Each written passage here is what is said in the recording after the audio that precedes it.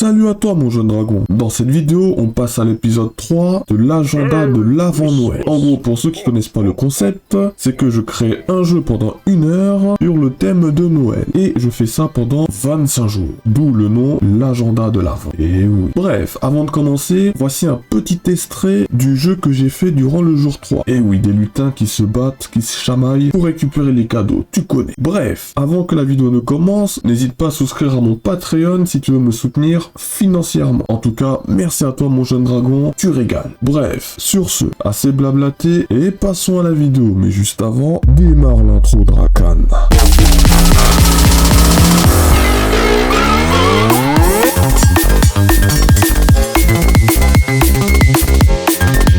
Merci pour l'intro Drakan. Alors, durant les 10-15 premières minutes du création de jeux vidéo, durant mon défi, j'ai ajouté des assets graphiques. Comme tu peux le voir, j'ai réutilisé le pack d'assets graphiques Winter. Ça s'appelle un truc comme ça. En gros, le pack de Noël avec les neiges, tout ça. Celui que j'ai utilisé durant le jour 2 du défi du jour 2. Et du coup, à côté, j'ai utilisé quelques personnages qui ressemblaient à des lutins. Quoique, ce sont des lutins. Et pour ça, j'ai été sur Open Game Art parce qu'il n'y avait pas ça sur GDevelop. Du coup, il fallait que je fasse mes recherches. Et bien sûr, pour ceux qui sont intéressés, je mettrai le lien de tous les assets graphiques dans la description. Et puis, durant à peu près les 30 prochaines minutes, c'est là où je commençais à placer les décors. J'ai mis des arbres enneigés un peu partout, histoire de délimiter la zone. Et puis, j'ai mis 3 maisons en bas, 3 maisons en haut avec les roches pour séparer, histoire de faire 3 chemins différents. Un peu comme League of Legends, mais version en moins bien. Et oui. Et puis, une fois que tout ça est fait, c'est là où je commence à ajouter la GUI.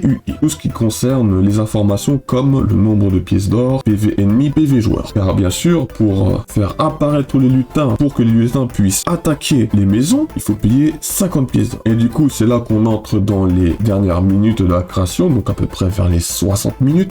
J'ai ajouté tout ce qui est GUI, c'est-à-dire toutes les informations graphiques, comme nombre de vies, tout ça.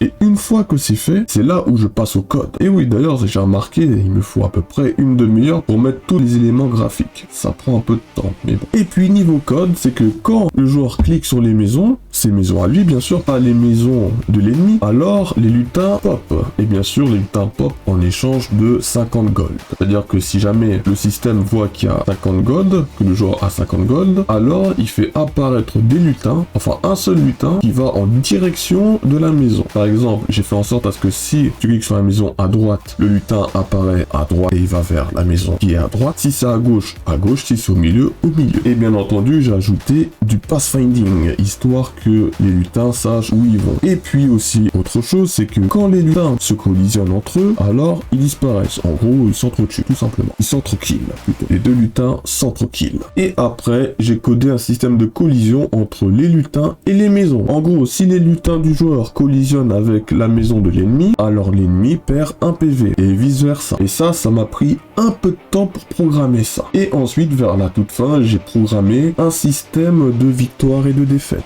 En gros, un calque victoire si jamais l'ennemi a 0 PV et un calque défaite si c'est le joueur qui a 0 PV. Et du coup, avant de passer à la conclusion, question pour un champion, est-ce que durant ce 3e jour de ce défi, j'ai réussi mon défi de créer un jeu en 1 heure? Et bah comme tu as pu le voir dans la vidéo, c'est non. En vrai, j'ai fini le jeu en 1h30 à peu près, 1h30, 1h45, quelque chose comme ça. Et ça se demandait si le défi n'est pas un peu trop dur pour mon level. Est-ce que dans les prochains jours, je vais mettre ça à 1h30 pour créer un jeu? Ça, je ne sais pas encore. Je vais encore rester sur les 1 heure sur le jour 4 et 5. Et après, si jamais je vois que j'arrive toujours pas à créer un jeu en moins d'1 heure, alors je vais être un peu plus flexible au niveau des difficultés. C'est maintenant l'heure de la conclusion. Bon, comme tu peux le voir, au niveau du calendrier de l'avant, j'ai raté le jour 3. Une petite croix sur le jour 3. Et puis, peut-être que à partir du jour 5, si je suis vraiment en mode full défaite, alors je vais rendre mon défi personnel un peu plus facile. Bref, on verra ça d'ici quelques jours. Sur ce, si la vidéo t'a plu, n'hésite pas à lâcher ton plus gros like, à t'abonner à ma chaîne si ce genre de contenu te plaît. T'inquiète pas, à côté, il y aura aussi quelques tutos, quelques devlogs, tout ça.